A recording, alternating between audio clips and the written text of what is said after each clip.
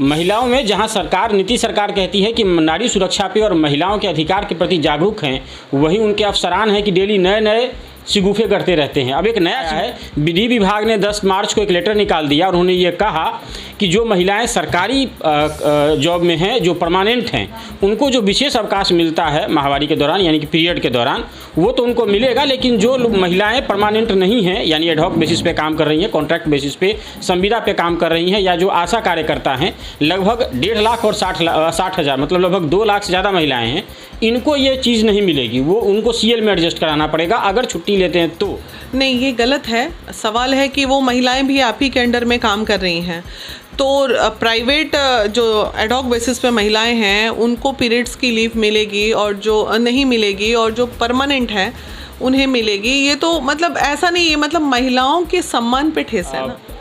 महिलाओं में जहां नीतीश सरकार कहती है कि नारी सुरक्षा पे और महिलाओं के अधिकार के प्रति जागरूक हैं, वहीं उनके अफसरान हैं कि डेली नए नए शिगुफे करते रहते हैं। अब एक नया शिगुफा आया है, विधि विभाग ने 10 मार्च को एक लेटर निकाल दिया और उन्होंने ये कहा कि जो महिलाएं सरकारी जॉब में हैं, जो परमानेंट हैं, उनको जो विशेष अवकाश मिलता है माहवारी के दौरान यानी कि पीरियड के दौरान, वो तो उनको मिलेगा, लेकिन जो महिलाएं परमानेंट नहीं हैं यानी एडहॉक बेसिस पे काम कर रही हैं, कॉन्ट्रैक्ट बेसिस पे, संविदा पे काम कर रही हैं, या जो आशा कार्यकर्ता हैं, लगभग 1.5 लाख और 60,000 मतलब लगभग 2 लाख से ज़्यादा महिलाएं हैं, इनको ये चीज़ नहीं मिलेगी। वो उनको सीएल में एडजस्ट कराना पड़ेगा अगर छुट्टी लेते हैं तो।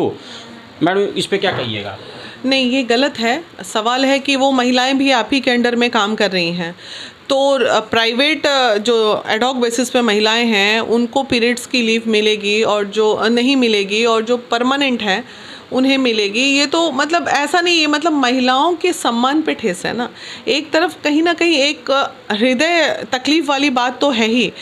अगर वो किसी और कंपनी में जॉब में रहती तब कोई बात नहीं, हर कंपनी का अलग अलग रूल रेगुलेशन होता है, लेकिन चूंकि बिहार सरकार के अंडर में है और वो आपके कैंपस में है, वो आपके तनख्वाह भी उनको आप ही दे रहे हो, ऐसा तो नहीं कोई पड़ोसी ऐसे आके दे रहा है, जो तो रूल दोनों के लिए बराबर होनी चाहिए। ये अलग बात है कि वो परमानेंट है या एडहॉक है, ये 2 पार्ट है, ये इससे इसको नहीं तुलना किया जा सकता है। जो महिलाएं काम करती हैं कॉन्ट्रैक्ट पे, उनको सैलरी भी कम मिलता है जो परमानेंट है उनकी तुलना में। और तो एक तो वहाँ दिक्कत है, क्योंकि समान काम समान वेतन होना चाहिए, ये नैतिकता है, लेकिन समान काम समान वेतन आप नहीं देते हैं। अब ये कष्टकर ये दिन होता है, यहाँ जो सुविधा मिलनी चाहिए थी, आत्मीयता, वो भी नहीं मिल रही है। और बड़ी मज़े की बात है कि ये लालू जी से लेकर के आए थे और उन्हीं के सुपुत्र के राजकाज में ये लेटर इशू हो रहा है। क्या कहिए? सुपुत्र को तो बेकार में हम लोग लेते हैं टारगेट में, सुपुत्र के हाथ में तो कुछ है ही नहीं। सारा विभाग तो, मेन डिपार्टमेंट तो हमारे माननीय मुख्यमंत्री जी अपने हाथ में रखे हुए हैं, गृह विभाग। तो सवाल है वो आ गए, उनका चलता कहाँ है कुछ? नीतीश जी के सामने तेजस्वी जी का कुछ चलता भी है क्या? तो इसलिए सुपुत्र तो बेचारे अपने आप को संभालने में लगे हुए हैं। ये सारा काम हमारे माननीय मुख्यमंत्री जी का है और शिक्षा विभाग का है कि शिक्षा विभाग ने जो निर्णय लिया होगा मंत्री ने वो बिना नीतीश जी के परमिशन का नहीं लिया होगा बिहार स्टेट में। तो ये पूरा का पूरा कनेक्शन तो शिक्षा मंत्री और माननीय मुख्यमंत्री का है, इसमें सुपुत्र जी क्या करेंगे? ये सब तो गलत बात है। इन लोगों की अपनी मोनोपोली है। महिलाओं का तो ऐसे भी शोषण बिहार में बहुत अधिक हो रहा है, हर रूप में हो रहा है, चाहे रेप वाले, आप छोटे छोटे लोगों बात पे लोगों की अरेस्टिंग होती है, कुर्की होती है, और रेपिस्ट हमारे फरार घूम रहे हैं, उनके घर की कुर्की। कभी आपने सुना है कि बिहार में एक केस जो महिला विकास मंच ने ही उस पर आवाज़ उठाई थी, तो मात्र अभी तक मेरे नॉलेज में, चूँकि मैं काम करती हूँ, मात्र एक रेप केस में किसी की गुर्की नज़र आई है चंद 2-4 सालों में। और रेप कितने हुए होंगे? कम से कम सैकड़ों। तो इसलिए महिलाओं, हजारों कह लीजिए, हाँ एकदम हजारों हुए होंगे। तो महिलाओं का तो सम्मान इन लोगों के लिए रहा ही नहीं। अब पीरियड्स जैसी छोटी सी चीज़, बताइए 2 दिन की छुट्टी पे आप महिलाओं का पूरा नैतिकता ख़त्म हो गया, पूरी तरह नैतिकता ख़त्म हो गया इन लोग के मन में। 2 छुट्टी मिल ही जाती उन महिलाओं को तो कौन सा अपराध हो जाता है? ये आप कैसे अपराध बोधी हो जाते? तो ये सब गलत है। तो समानता का भी अधिकार है ना, कि जब आप परमानेंट जो महिलाएं काम करती हैं उनको प्रॉब्लम है, लेकिन जो कॉन्ट्रैक्ट है वो काम नहीं करती, वो करती है तो उनको प्रॉब्लम नहीं है। ये तो समानता का अधिकार संविधान देता है। देखिए, संविधान ने समानता का अधिकार दिया है, जैसे वो क्लास लें, ये लें, वो लें, वो सब में है, लेकिन जो फिजिकल चीज़ें हैं वो महिलाओं का अपना दर्द है ना, उसमें आप क्या कीजिएगा? आपने उस दर्द को समझा एक ज़माने में और आपने 2 दिन का अवकाश दिया, लागू किया, तो आप ही के अंडर में 2 महिलाओं को अवकाश मिलेगा और 2 को नहीं मिलेगा। ये कहाँ का संविधान है, ज़रा मुझे बताइए।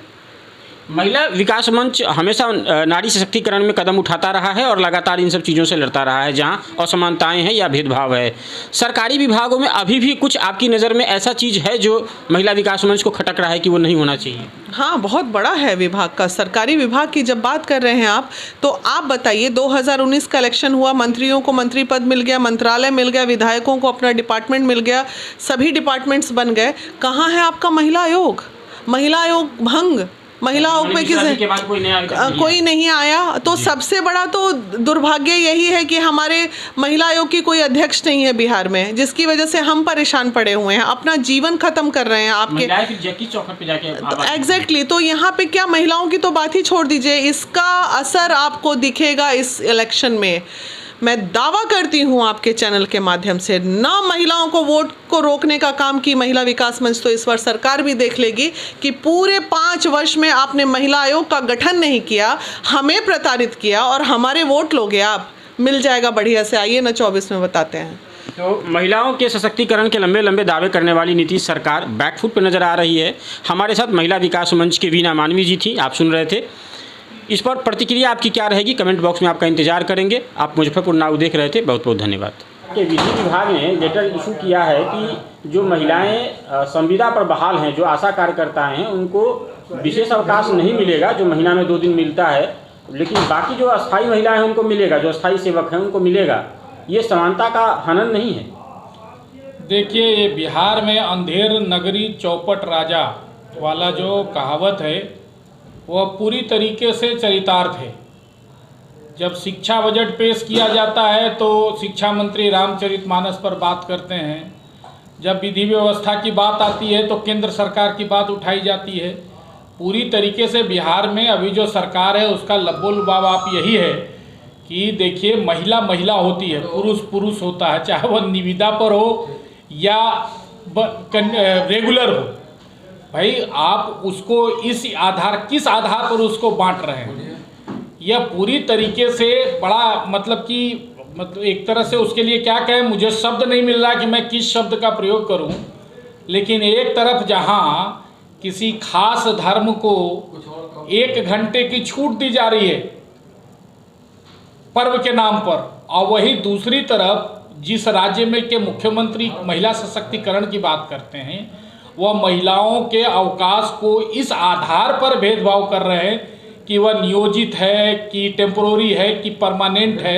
यह समझ से परे है। इसलिए मैंने शुरू में ही कहा कि बिहार में अंधेर नगरी और चौपट राजा है, सारा चीज़ टके सेर भाजी टके सेर भाजा है। इस नियम को लाए थे, लालू जी के सरकार में आया था, एनडीए ने इसको जारी रखा, लेकिन अब उनके सुपुत्र ही राजा बने हैं तो इसको हटा दिया गया और ये असमानता की स्थिति दिख रही है। क्या कहिएगा? देखिए, अच्छी चीज़ें कोई भी सरकार लाए उसका स्वागत होता है और हर सरकार कुछ ना कुछ अच्छी बातें करती है, लेकिन सवाल तब खड़े होते हैं जब उसको हटाया जाता है या उस पर भेदभाव किया जाता है। आज भी सवाल इसलिए खड़ा है क्योंकि उसको हटाने की बात की जा रही है, भेदभाव करने की बात की जा रही है। महिला महिला है, चाहे वह नियमित हो या कॉन्ट्रैक्ट पर हो। इसलिए हम समझते हैं कि सरकार को फिर से इस निर्णय पर निश्चित रूप से विचार करके इसको पुनः बहाल करना चाहिए। एक बात है, जब लोग इस बात की चर्चा कर रहे हैं कि समान काम पर समान वेतन होना चाहिए, इस समय में अधिकार का भी हनन हो रहा है, उसमें भी समानता को असमानता में परिवर्तित किया जा रहा है। क्या इसको सुशासन कहिएगा या फिर पुराना दौर लौट आया? नहीं, देखिए, कई चीज़ें कहीं कहीं तो सरकार की मजबूरी भी होती है, कुछ न कुछ व्यवहारिक कठिनाइयाँ होती है, लेकिन हर सरकार का, चाहे वह किसी भी दल का हो, उसका परम कर्तव्य बनता है कि जनता के हित में जो सबसे बेहतर काम, जो क्षमता होती है, अपनी क्षमता के अनुकूल हर सरकार को जनता के हित में, कर्मचारियों के हित में निर्णय लेना चाहिए और कार्य करना चाहिए। मुझे लगता है अभी वर्तमान की सरकार इसमें पूरी तरीके से अक्षम है, विफल है। अराजकता पूरी तरह से बिहार में व्याप्त है और वही दौर चल रहा है जो 1990 और 2005 के बीच का जंगल राज का दौर था।